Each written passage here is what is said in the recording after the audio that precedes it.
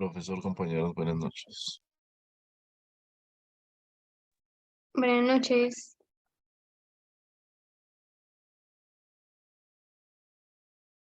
Buenas noches.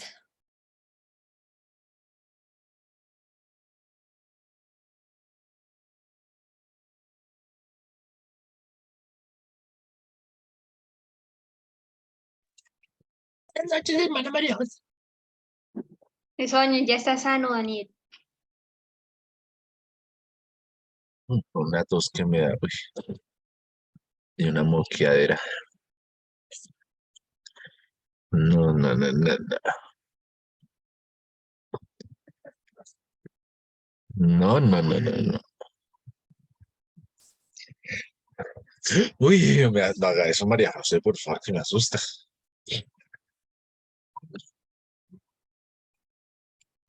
Hoy tiene la indumentaria de Rose, cuando la rescataron. Hoy está de dálmata. Rose cuando la rescataron después de lo último en Titanic. Venga, mija, ¿usted para qué botó esa joya? ¿Para qué la Es botó la al mar? compañerita. ¿Ah? Rose. Te Mis pasas. hermanos, buenas noches. Después del bullying, vamos a trabajar ahora sí en el nombre de Jesucristo el trabajo. Sí, es profe. Profesor. Me alegra de los mis amados hermanos. ¿Cómo están? ¿Cómo me les va? Bien, profe, gracias a Dios. Usted, Dios lo bendiga. Bueno, les cuento que estamos a viernes. Viernes cultural. Bueno, Sarita, ¿y su padre está por ahí? ¿Hoy no va a estar? ¿Está en vigilia? Está en misa. No, ya va a ingresar. Ah, bueno, perfecto, vale, listo. Y faltaría Henry. Ah, Henry y falta Jamie. Jamie de la costa atlántica. Bueno, está bien. Entonces, vamos a comenzar. ¿Cómo siguió Daniel? ¿Ya está un poco mejor hoy de salud? Sí, ahí voy mejorando. Con Bueno, está bien. taponado, pero ahí vamos. Bien, vamos a darle gracias a Dios entonces. Señor, a ti la gloria y la honra. Agradecidos contigo, Señor, por este día tan hermoso que nos has regalado. Gracias, Señor amado, por el calor, el frío, la lluvia, el sol. Gracias por todas las bendiciones. Gracias por la familia. Gracias, Señor amado, por los amigos, por la iglesia, el ministerio, la gente. Gracias por todo lo que nos has permitido hacer en este día. Y gracias, Dios de la gloria, porque en tus manos también están cada uno de aquellos que pasan momentos difíciles. Colocamos delante de ti también nuevamente a Alba, Señor amado. Rogamos, Dios mío, tu bendición para ella y para sus 3 hijas. Rogamos la bendición para don Antonio. Extiende tu mano sobre ellos, Dios de la gloria. La bendición para la familia Riascos, la iglesia en Buenaventura. Estas personas que han pasado momentos difíciles, Padre. Te ruego, Dios mío, en el nombre de Jesucristo, que tomes el control de sus vidas, de sus ministerios, de sus cuerpos, de todo en general, hasta aún de la economía, mi Señor. Y Jesús seas proveyendo para todo lo que se necesita en estos casos, en el nombre de Jesucristo. Sobre todo, Dios mío, pedimos por la sanidad del alma, Señor amado, la sanidad del cuerpo, en el nombre de Jesucristo. Y gracias, Dios de la gloria, porque sabemos que podemos descansar en ti, esperar en ti, en el nombre de Jesús. A ti la gloria, en el nombre de Cristo. Bendice esta clase, bendice a mis hermanos, en el nombre de Jesús. Amén. Muy bien, la oración tiene poder. Llegó John Alexander, llegó Patricia, Jamie Patricia. Y bueno, me faltó más fe para que llegara Henry. Bien, mis hermanitos, vamos entonces a trabajar hoy algo que me parece importante que lo tengamos en cuenta. Bueno, ayer comenzamos hablando de escatología a propósito, ¿no? Estamos hablando de escatología y en todo lo que dijimos ayer de escatología, estábamos hablando acerca... bueno, vimos los videos, ¿verdad? Vimos los videos. Y antes de avanzar, entonces quiero preguntarles, ¿qué panorama tienen ustedes del Apocalipsis ahora después de ver estos videos? ¿Creen que sí ayuda para uno tener como un poquito más de idea de qué está pasando en Apocalipsis? ¿O de pronto nos enredó la pita de todo lo que nosotros de pronto sabíamos, pensamos que era así, pero que nos cambió un poquito el asunto? Profe, buenas noches. Buenas noches a todos. Sí. son muchas cosas las que pasan en Apocalipsis, ¿no? Muchas cosas que significan otras cosas, bueno, cosas que de pronto son complicadas. Sin embargo, sí me queda como una pregunta y es cómo se relaciona lo que nos menciona la carta de Tesalonicenses, acerca del rapto o del arrebatamiento, cómo se relaciona esto con el libro de Apocalipsis, porque no recuerdo que en Apocalipsis lo mencionara o estuviera tan claro, o sea, cómo se unen esos dos aspectos. Y bueno, eso es. Bien. ¿Alguien tiene respuesta para la hermanita Sarita?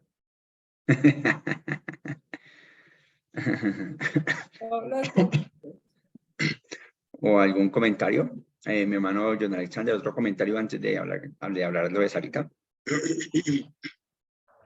Profe, va a contestar lo de Sarita. Yo también quiero escuchar esa respuesta. No, pero más adelante. Bueno, yo creo que eso depende también de cuándo se ubica el rapto en la iglesia. Pero bueno, no quería hablar de eso.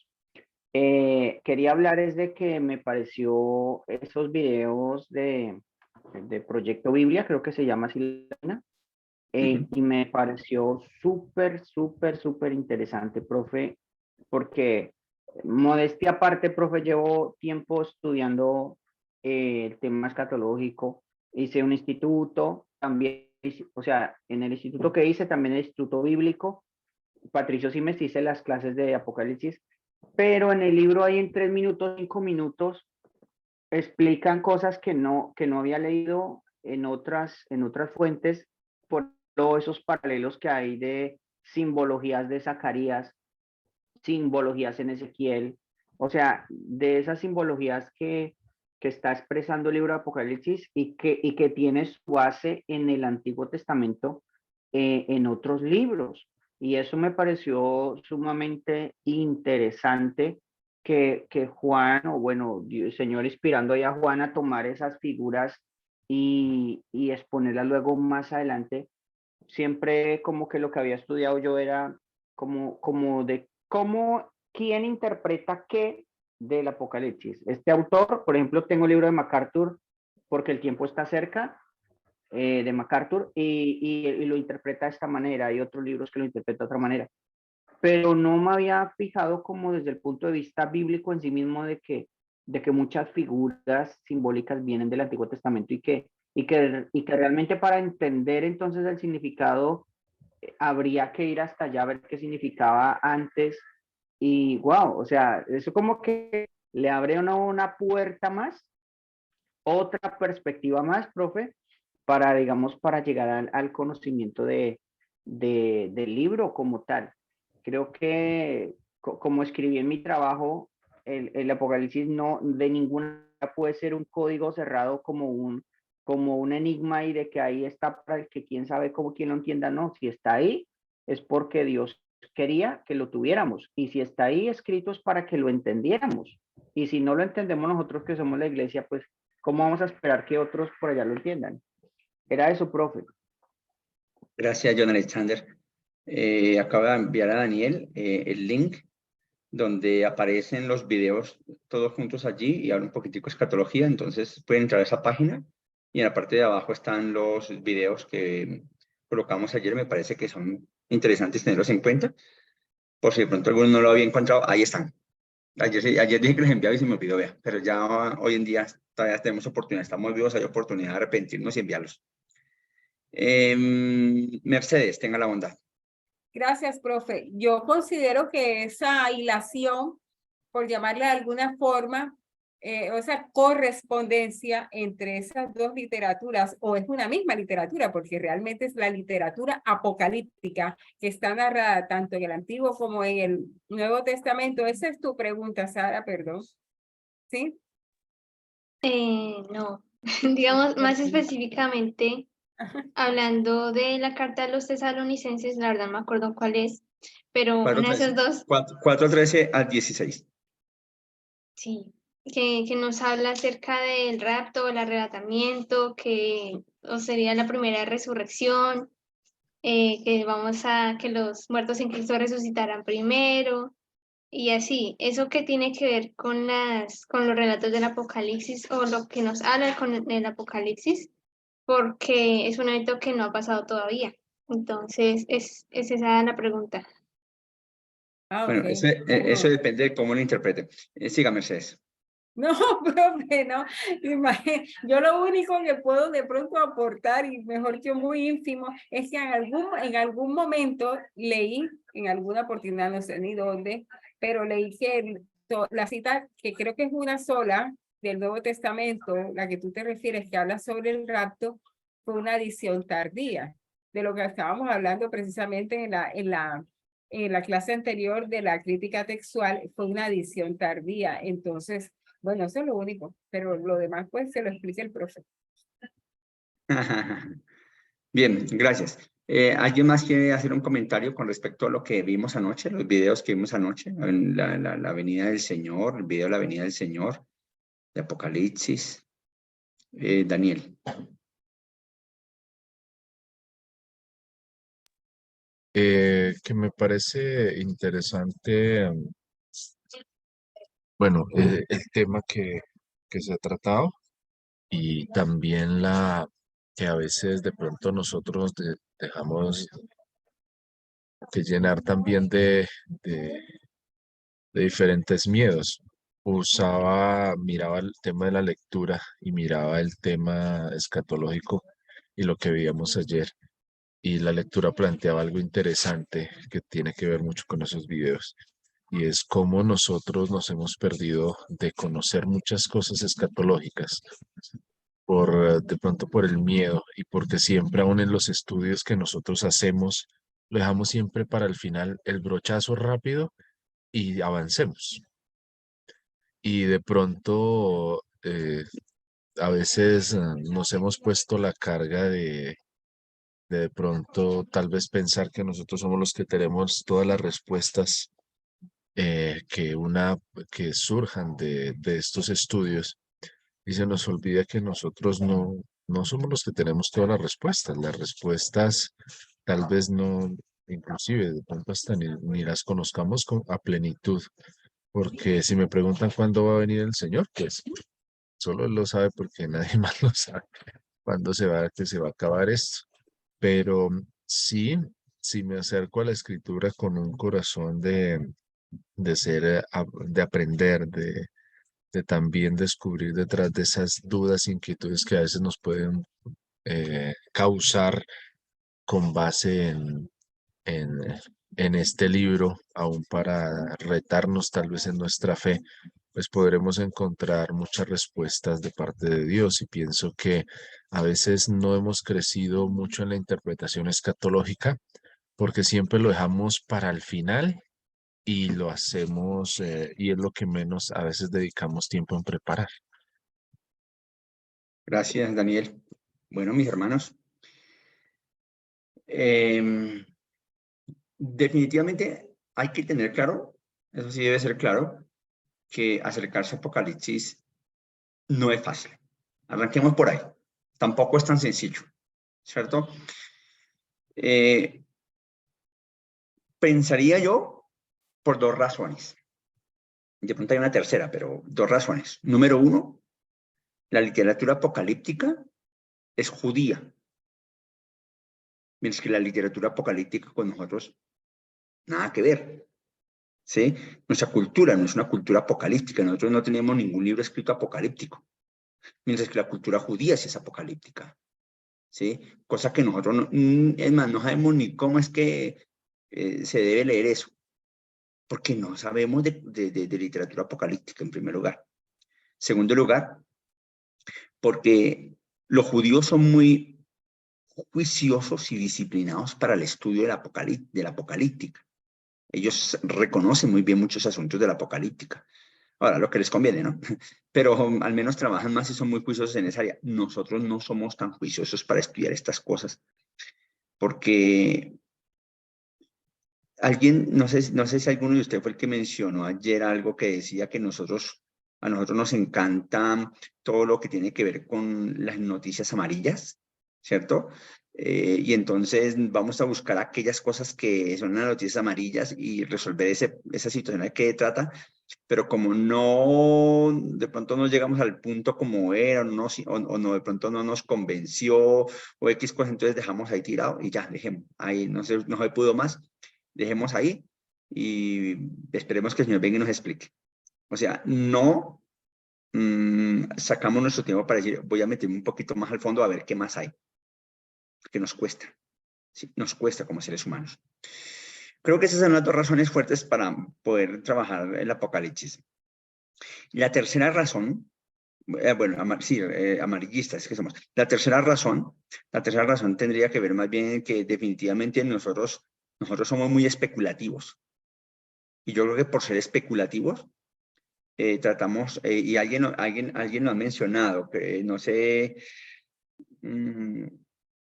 quién exactamente lo ha mencionado. Yo lo he escuchado ya a varias personas diciendo que los cristianos del día de hoy, cuando vamos a mirar Apocalipsis, tenemos Apocalipsis en la mano, el libro, estamos leyendo el libro, pero también al mismo tiempo tenemos en la otra mano el periódico, el televisor, mirando las noticias, a ver cómo concuerda lo uno con lo otro, y buscándole todas las maneras posibles para decirles que esto es esto, esto es esto y esto es esto. Porque nos parece mucho más fácil así, a juicio, a punta de dedo, que realmente hacer un estudio profundo de la escritura. Esas cosas no nos dejan de entender muchas veces Apocalipsis un poco. Pero como dijo John Alexander, esos videos que anoche ustedes pudieron también apreciar juntamente conmigo, creo que nos aclaran muchas cosas que a veces pasamos por alto. Y definitivamente la Biblia no usa figuras que no haya usado antes. Sobre todo aquí en Apocalipsis, ¿no? Normalmente las figuras apocalípticas son algo que ya los judíos la tenían clara, la sabían, entendían perfectamente. Por eso no había necesidad de mayores explicaciones. ¿Por qué? Porque pues, para ellos era claro lo que estaban diciendo, ¿sí? Para nosotros no, porque nosotros vivimos en un mundo tan diferente que muchas cosas de las que se dijeron allá, nosotros no las entendemos. Muy difícil. Así como hoy, nosotros diríamos muchas cosas, en nuestra jerga, diríamos muchas cosas y ellos tal vez no entenderían lo que estamos diciendo nosotros. ¿Por qué? Porque es que es algo como tan nuestro, ¿cierto? Eso lo hace difícil, pero entonces los judíos conocían su literatura, conocían su historia, conocían sus escrituras. Y eso hace que sea mucho más fácil para ellos comprender lo que se viene diciendo. Por eso, para ellos es muy fácil cuando, no, que el monstruo de tantas cabezas, que tenía tantas cosas, tenía 10 cuernos, 10 diademas, 7 no sé qué, por acá, por allá, pues ellos rápidamente corren con su mente, trun, Daniel, trun, Ezequiel, trun, tal cosa, y rápidamente hace una relación rápido con eso, y comprendieron el asunto. Nosotros no, porque nosotros nuestra mente no está lista para ir vamos a Apocalipsis, vamos a Ezequiel, ¿qué dice? Vamos a Daniel, ¿qué dice? No, nuestra mente es, vamos a ver qué está en las noticias, vamos a ver qué están diciendo el mundo, vamos a ver cómo va, qué noticia salió hoy, vamos a ver cómo va Israel, vamos a ver qué está pasando aquí, vamos a ver qué está pasando allá. Y eso no nos permite a nosotros entender ese Apocalipsis un poco mejor, lastimosamente, ¿no? Pero bueno, creo que vamos a tratar de acercarnos a Apocalipsis y tal vez no tengamos todas las respuestas que Sara tenga, tal vez no tengamos todas las preguntas que Sara tiene, ¿no? O tal vez no tengamos todas las respuestas para las preguntas que tal vez algunos de ustedes tienen, pero algo sí es importante y es que vamos a tratar de acercarnos un poco mejor a los textos, vamos a tratar de hacer un acercamiento un poquito mejor, pues para que al menos en el futuro ustedes puedan indagar más, ¿no? Sepan un poquitico cómo hacerlo para poder indagar un poquito mejor, que eso es lo más importante. Bien, entonces, son dos cosas distintas el concepto que maneja Juan y el concepto que maneja Pablo. Están dentro de contextos un poco diferentes, un poco, no todo, pero sí un poco diferentes, puesto que lo que está tratando de manifestar un poco el apóstol Pablo, tanto en 1 Corintios capítulo 15, versículos 51 y 52, cuando hace la mención de que nosotros que estaremos vivos seremos transformados en un abrir y cerrar de ojos, y también Tesalonicenses, 1 Tesalonicenses capítulo 5, versículo 3 al 18, exactamente. Lo que el apóstol está tratando de mencionar, por ejemplo, es en Corintios, está tratando de mencionar un poco es la importancia que tiene la fe en Jesucristo, puesto que Él ha resucitado. Él está hablando de la resurrección realmente. Y el contexto está diciendo, si Cristo no hubiera resucitado, nuestra fe no sirve para nada. ¿Qué estamos haciendo aquí? Entonces lo que Él está tratando de plantear es la importancia de la resurrección de Jesucristo y en base a esa resurrección, si creemos en esa resurrección, entonces, sabiendo que es resurrección, si creemos en esa resurrección, sabiendo que es resurrección, entonces nosotros, obviamente, podemos tener claro que sí vamos a resucitar con Cristo. Y hace la mención entonces en 1 Corintios 15, 51, dentro de su contexto. La resurrección se da, nosotros seremos transformados, todo tal como Cristo lo hizo, puesto que creemos en la resurrección, y la resurrección es vital para nuestra fe en Cristo. Porque si la resurrección no hay nada. Entonces lo que está haciendo Pablo es tratando de afianzar las bases para la iglesia de Corinto, que es una iglesia complicada, una iglesia difícil porque creen tantas vainas que todo el mundo le dice, pero entonces lo que Pablo está diciendo, mire, tienen que creer es esto es lo que tienen que creerlo. Ahora, cuando vamos a Tesalonicenses, lo que Pablo está diciendo, no ignoramos, hermanos, acerca de los que durmieron, para que ustedes tengan esperanza. El punto que está tratando Pablo allí es hablarle a los hermanos, dándoles esperanza acerca de qué hay después de la muerte. ¿Qué es lo que pasa después de la muerte? Porque los comentarios es que después de la gente murió y ahí se quedó y que no se sabe qué va a pasar con ellos. Entonces Pablo dice, no, si hay esperanza para los que mueren en Cristo, hay esperanza. Y les va a hablar acerca de eso. Porque tal vez ha visto dentro de la iglesia cristiana, donde él está, ha visto cómo algunos hermanos se quedan desesperados por la muerte de su familiar y se sienten descorazonados y desesperanzados en ese futuro. ¿Qué pasó al fin? ¿Qué pasa con Dios? Entonces es donde Pablo trata de brindarles una esperanza. Pablo les brinda esa esperanza a ellos. Y esa es la idea que le está presentando Pablo. O sea, Pablo no está tratando de hacer una apocalíptica. ¿Sí? Pablo no está haciendo un apocalipsis. Pablo está hablando de un tema específico para su iglesia y dentro de ese tema preciso se le dio por tocar el asunto del arrebatamiento y eso nos embolató a todos inmediatamente porque ahora ¿qué pasó con el arrebatamiento? ¿Sí? Pero Pablo, su énfasis, su enfoque no está en el arrebatamiento, en un rapto, su énfasis no está ahí. El énfasis está en dar esperanza a aquellos hermanos que ven a sus seres queridos que están muriendo. Ahí está el enfoque. ¿Sí? Ahora, cuando pasamos a Juan es otro asunto totalmente distinto. ¿Sí? Decimos que es un asunto totalmente diferente, puesto que Juan ve una revelación. La Biblia menciona que Juan, en el día del Señor, fue levantado y fue llevado a ver una visión. Y él está viendo una visión, tanto que le están diciendo, mire, coja por aquí, vamos por esta calle, métase por acá, mira acá, todo esto, y un montón de cosas. Él está en el espíritu viendo alguna visión, ¿sí? Es una visión plena, completa. Y él lo que voy a escribir lo que yo vi, lo que el Señor me dijo que escribiera. Lo voy a colocar aquí, lo voy a plasmar, porque no quiero que se me pierda esta visión que acabo de que el Señor me acaba de enviar, ¿sí?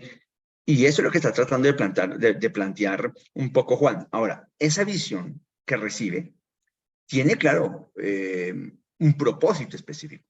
El propósito es que los hermanos que están viviendo en este primer siglo, al final del primer siglo, están siendo perseguidos. Hay una persecución contra el cristianismo de parte de Diocleciano. Es muy fuerte. Entonces los hermanos se están sintiendo un poco... sí, digamos, desesperanzados también, en cierta manera hay una desesperanza porque, bueno, vamos a morir o ¿qué hacemos? Decimos sí o no a Cristo, nos mantenemos con Él o no nos mantenemos con Él. Entonces en el año 90, la cosa está muy difícil para ser cristiano. Sin embargo, el apóstol Juan lo que les dice, no, es que la idea es que nos podamos mantener fieles hasta el fin. Y les está planteando, mire lo que hay. Todos los que vencen, todos los que se pueden mantener firmes y fieles, miren las bendiciones que tendremos hacia el futuro. Y es lo que está tratando de presentar el apóstol Juan, hablando de fidelidad. El punto de Juan es hablar de fidelidad. Es por eso que al final de las iglesias, de las 7 iglesias que él menciona ahí en el principio, ustedes se fijan que todo al final dice al que venciere. Todo el tiempo es al que venciere. Hay una bendición para el que venza. Y creo que es la clave de lo que están mostrando los hermanos. Mire, ustedes van a sufrir, sí pueden sufrir. Ustedes van a pasar momentos difíciles, sí. Tal vez hambres, probablemente. Pero si ustedes se mantienen firmes y fieles al Señor, al final hay esto. Y esa era digamos, como la fortaleza que les está dando el apóstol Juan a los cristianos del primer siglo para que se pudieran mantener firmes y fieles en medio de la persecución que están encontrando. Entonces, el Apocalipsis para ellos es una revelación para poderse mantener firmes. Una revelación donde muestran a un Cristo victorioso, una revelación donde muestran a un pueblo que a pesar del sufrimiento va a vivir por la eternidad. Esa es la idea. Entonces, estamos hablando entonces de dos contextos diferentes y por eso a veces como que no entrelazar el uno con lo otro, ¿cierto? Porque es que en Apocalipsis no encuentra arrebatamiento. Solamente encuentra un poco el asunto ahí de la levantada de los hermanos y toda esta cuestión, las encuentras en Pablo, pero no las encuentra en el libro de Juan absolutamente nada. Entonces, lo que hacemos nosotros es decir, bueno, pues esto tendría que meterse aquí dentro de esto más y tratamos de encajar cronológicamente, tratamos de meter esto, sería aquí en mitad de esto, por acá, por allá, entonces le metemos a cosas de Pablo a Juan allí y tratamos de acuñarlo de alguna manera, ¿cierto? Pero creo que vamos despacio, a ver si podemos acuñar en el futuro eso, ¿sí? Probablemente, porque creo que sí tienen algo de relación, debe haber algo de relación entre lo uno y lo otro, porque Pablo está hablando del final, Pablo está hablando del final del tiempo y Juan está hablando también del final. Creo que debe haber una relación de todos modos, pero no es tan clara, pero sí debe haber una relación. Vamos a ver si en el camino de pronto hay respuesta para eso. Bien, hablando de las ópticas escatológicas, aquí hay algunas cosas que yo ya mencioné ayer, entonces voy a pasarlas aquí como rápido. Esta parte ya la mencioné ayer, anoche mencioné esto. El texto clave es bienaventurado el que lee, los que oyen las palabras de esa profecía y guardan las cosas en ella escritas porque el tiempo está cerca. Dije la importancia de esos 3 verbos que están allí, leer, oír y guardar, porque son vitales para lo que se va a venir en todo el libro de Juan. Bien. Métodos de interpretación en los tiempos finales. Y cuando nos fijamos en el propósito de estudiar los tiempos finales, hay 4 métodos de interpretación que podemos acudir y que descubriremos a continuación. Ahora, esos métodos ustedes los leyeron ahí en el libro de Erickson. Hay unos de estos métodos que están ahí planteados, entonces vale la pena que los recordemos un poquito, porque sí es importante, no podemos pasarlos por alto. Está la interpretación preterista, donde el punto de vista dice que mantiene que los sucesos descritos se estaban produciendo en los tiempos del escritor. Recordando que el término pretérito, ¿cierto? El término pretérito tiene que ver con pasado, ¿no? A eso me refiero, se refiere preterista, es el tiempo pasado. Entonces, todos los sucesos que está hablando Apocalipsis, según esta interpretación, están sucediendo en el tiempo en el que el escritor está haciendo su labor. Entonces, lo que quiere hacer es procurar advertir y alentar y anunciar hechos a corto plazo para los cristianos que en ese momento eran objeto de persecución. No olvidemos que prevalecía allí el Imperio Romano y fue muy cruel, lógicamente, el Imperio Romano para ellos. Entonces, argumentan que por ese motivo el lenguaje apocalíptico estaba lleno de figuras. Y dicen que los creyentes del primer siglo sabían a qué se referían los cristianos allí cuando hablaban de estas figuras. Para ellos era muy fácil escoger estas figuras y mencionar estas figuras, ¿cierto? Es como en el tiempo de hoy que nosotros, cualquier cosa que pase, nosotros le colocamos el nombre a alguna cosa y ahí quedó con ese nombre y quedó con ese apodo cierta persona o ciertas cosas, cierto evento, lo denominamos de cierta manera y quedó con nosotros. Y nos menciona ese evento y ya, sabe a qué se refiere, exactamente sabemos de qué trata. Exactamente pasa con ellos. Entonces ellos mencionan algo y ya sabían de qué estaban hablando para ellos en su momento. Entonces la interpretación preterista dice que todo esto que todo esto aconteció para la gente de ese momento, del primer siglo. En segundo lugar, está la interpretación histórica. La interpretación histórica hace referencia a cosas que sucederán a lo largo de la historia de la iglesia. Y esta línea interpretativa considera Apocalipsis como un libro que ofrece un panorama general de la historia desde el momento de la creación hasta el regreso de Jesús. El bosquejo que hacen los acontecimientos contempla pues una línea bastante amplia. Pero tanto, o sea, cuando ya hablamos de la parte de la interpretación histórica, no es tanto desde el momento en que la creación, sino más bien hablan desde el momento en que vino Jesucristo, de ahí en adelante. Entonces se mencionaría un poco todo lo que está aconteciendo. Entonces aproximadamente son unos 2000 años, desde el momento en que Cristo viene hasta el tiempo donde sucederán las cosas. La aproximación es esa, ¿no? Pero entonces acá, el asunto de la interpretación histórica es que ellos van a presentar que está hablando de cosas que están sucediendo en el momento de Juan, que sucederán después, en el año 300, sucederán en el año 500, sucederán en el año 1000, sucederán en el año 1300, 1500, 1800, 2000, 2023, siguen sucediendo. O sea, son cosas que van a seguir sucediendo en el momento y que no es algo que se quedó solamente en un momento estático y que iba a suceder ahí, sino que es algo que va de acontecimiento en acontecimiento poco a poco. La interpretación simbólica hace referencia a verdades de naturaleza atemporal, es decir, no hay tiempo, ¿no? Y no a sucesos históricos regulares, ¿sí? No son cuestiones históricas, sino son cosas atemporales, no hay tiempo. O sea, de acuerdo con sus promotores, el libro de Apocalipsis se trata de una presentación de la iglesia y del gobierno de Dios. Para hacerlo, entonces, utilizan un lenguaje lleno de figuras y símbolos que se refieren a lo que está por venir. Entonces ellos nos muestran, sí, la tremenda lucha que libra el bien y el mal, y por supuesto el triunfo del bien al final de todas las cosas.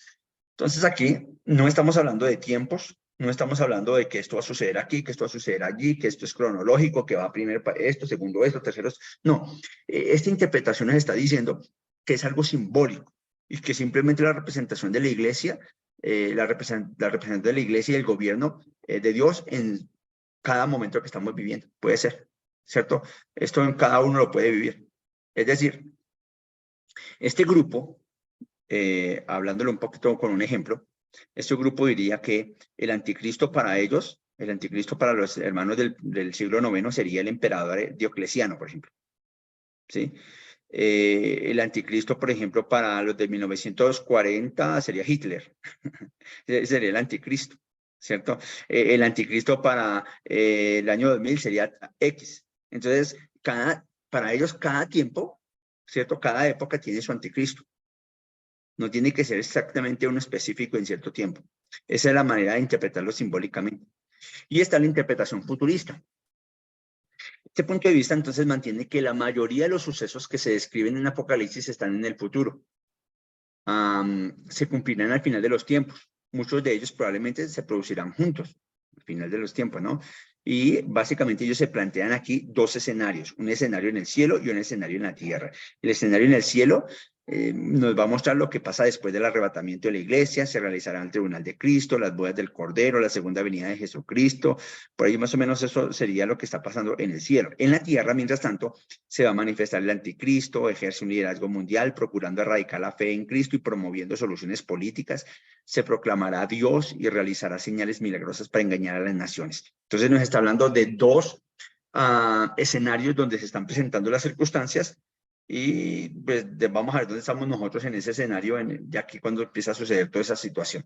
Pero lo están viendo hacia el futuro. Ya, digamos, en ese tiempo, nosotros ya, si tomáramos esta interpretación como parte de nosotros, ya no lo veríamos tan en el futuro, tan lejos, sino lo veríamos acá muy cerquita, muy encima de nosotros ya, ¿cierto? Porque ya han pasado mucho tiempo y probablemente sea aquí. Entonces, esas cuatro interpretaciones son la manera como la gente se está acercando al Apocalipsis, ¿sí? Las cuatro me parecen interesantes, pero yo creo definitivamente que debemos ser sabios y pedirle al Señor cuál es realmente la interpretación adecuada para una situación como estas. Antes de hablar de interpretación y cuál escogemos y todo eso, quiero que tengamos en cuenta dos cosas. Uno, vamos a hablar de lo que es escatología personal y general, y después hablamos un poquito de dispensaciones, y ya les digo por qué. Entonces, la escatología personal, esta trata del futuro de la persona humana. O sea, la escatología es que esta tiene que ver con el individuo, ¿no? Trata con la persona humana, los asuntos como la muerte, el estado intermedio, la resurrección, el juicio y dónde va a residir la persona eternamente, ¿cierto? Y va a responder a la pregunta, ¿cuál es el destino de la persona? Esta escatología personal, entonces, se centra de un modo más conciso en el destino de los seres humanos individualmente, ¿cierto? Esta es la que nosotros estamos siempre pendientes, nos gusta mucho esta. ¿Qué va a pasar con nosotros? ¿Qué va a pasar con esa familia? Todo este asunto lo tenemos allí. Hay una escatología general. Esa escatología general o cósmica se ocupa de cuestiones más amplias, como los pactos bíblicos, el arrebatamiento, el periodo de la tribulación, la segunda venida de Jesús, el milenio, el estado eterno. Sí, esa escatología se enfoca entonces en asuntos más amplios y la forma en que Dios tratará con su creación en conjunto, ya sea en el cielo o sea en la tierra. Es una escatología a nivel macro, mientras que la anterior es una escatología a nivel micro. Entonces también nosotros tenemos que estar mirando cómo es la escatología que estamos haciendo. ¿Es un poco más individual, que tiene que ver con nosotros? ¿O es una escatología que estamos viéndola como todos los elementos dentro del plan de Dios? ¿Qué es lo que estamos viendo nosotros en escatología? ¿Qué es lo que nos gusta de esa escatología? Yo quisiera hablar un poquitico del dispensacionalismo y espero que alcance para mencionarlo rápidamente. Creo que sí me alcanza el tiempo. El dispensacionalismo es un método de interpretación de la historia que divide la obra y los propósitos de Dios hacia la humanidad en diferentes periodos de tiempo. La mayoría de los teólogos coinciden en asegurar que contempla 7 dispensaciones. Permítame compartirlas. 1. Dispensación de la inocencia. Esta dispensación arranca a partir de la creación del género humano en Génesis 1, 26 y 27 y se prolonga hasta Génesis 3, 6. Adán y Eva fueron colocados en Edén, paraíso en que, si bien es cierto, gozaban de libre albedrío, se movían en un ambiente de inocencia. De ahí toma su nombre de dispensación de la inocencia. Así es que estamos hablando acá de un tiempo donde ellos están en el Edén, ¿sí? Completa inocencia. Luego viene la dispensación de la conciencia. Aquí en este punto, entonces, esta dispensación inicia en Génesis 3:7 y se extiende hasta el capítulo 8, versículo 19. Adán y Eva, como consecuencia del pecado, debieron asumir las consecuencias y pues con su responsabilidad al tiempo, y entonces tuvieron que salir del Edén, ¿cierto?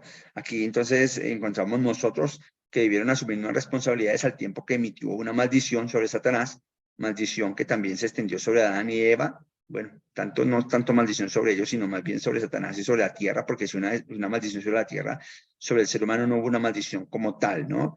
Sino más bien, digamos, como casi castigo, podríamos llamarlo allí, cositas que le tocó corresponderle al ser humano por causa de su pecado como tal. Entonces, esta dispensación se llama la dispensación de la conciencia, está desde el momento en que pecan y va hasta el momento en que comienza el diluvio.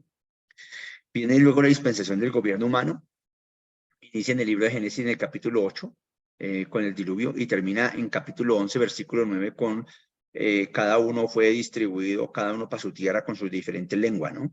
Entonces, tras el diluvio se salvaron Noé y la familia. Después del diluvio, los habitantes de la tierra comenzaron a construir una torre, un gran monumento a su autosuficiencia y orgullo. Dios puso su fin a la construcción, creando diferentes lenguajes y forzando su mandato de repoblar la tierra. El resultado fue el nacimiento de diferentes naciones y culturas, y entonces cada uno arrancó para su lado. De esta manera sería aquí entonces la dispensación del gobierno humano. Viene entonces la dispensación de la promesa. Comienza con el llamado de Abraham y se extiende a través de la vida de los patriarcas. Concluye con el éxodo de los hebreos a través del desierto, luego de haber sido liberados del yugo de Egipto mediante intervención divina. Durante esta dispensación, Dios desarrolló una gran nación que él había elegido. Entonces, comienza con Abraham y concluye allá cuando están saliendo de Egipto, después de la esclavitud. Luego aparece la dispensación de la ley. Esta dispensación de la ley comienza en Éxodo capítulo 13, capítulo 19, donde ya están ahí frente al monte Sinaí y Dios les dice: ustedes serán mi especial tesoro, y hace un pacto con ellos. Y se extiende a través de todo el periodo hasta la muerte de Jesucristo como tal en la cruz del Calvario. Duró alrededor de 1500 años. La ley mosaica fue dirigida solamente entonces para Israel y los gentiles no eran juzgados por las normas. Esta es la dispensación de la ley bajo el mandato de Moisés y toda la gente de Israel. Y luego viene la dispensación de la gracia, la número 6, comienza con el nuevo, la sangre de Cristo.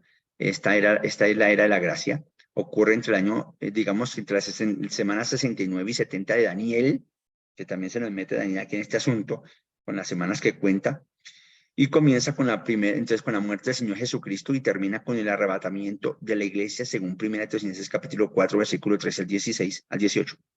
Esta dispensación es mundial, incluye tanto a judíos como a gentiles. La responsabilidad del hombre durante la dispensación de la gracia es creer en Jesucristo, el Hijo de Dios, pues para poder ser salvos. ¿cierto? Esta es la que estamos normalmente viviendo nosotros, así se ha planteado de esta manera. Y por último está la dispensación del reino.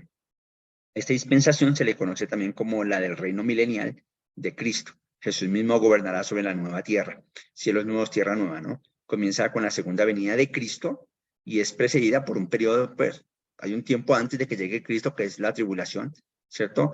Al cual hasta cierto grado un periodo de transitorio allí, toda esa cuestión, pero entonces comienza con la venida de Cristo y hasta que el Señor diga, ¿no? Este reino cumplirá la profecía para la nación judía de que Él regresará y será su rey. Esas son las dispensaciones que nosotros tenemos. Cada una de estas dispensaciones, si ustedes se fijan, amados hermanos, cada una de estas dispensaciones concluye con algo que se llama muerte. Cada una de estas dispensaciones concluye con la muerte. Cuando tenemos eso, entonces comienza con un pacto que Dios hace y concluye con una muerte. Normalmente pasa eso en las diferentes dispensaciones.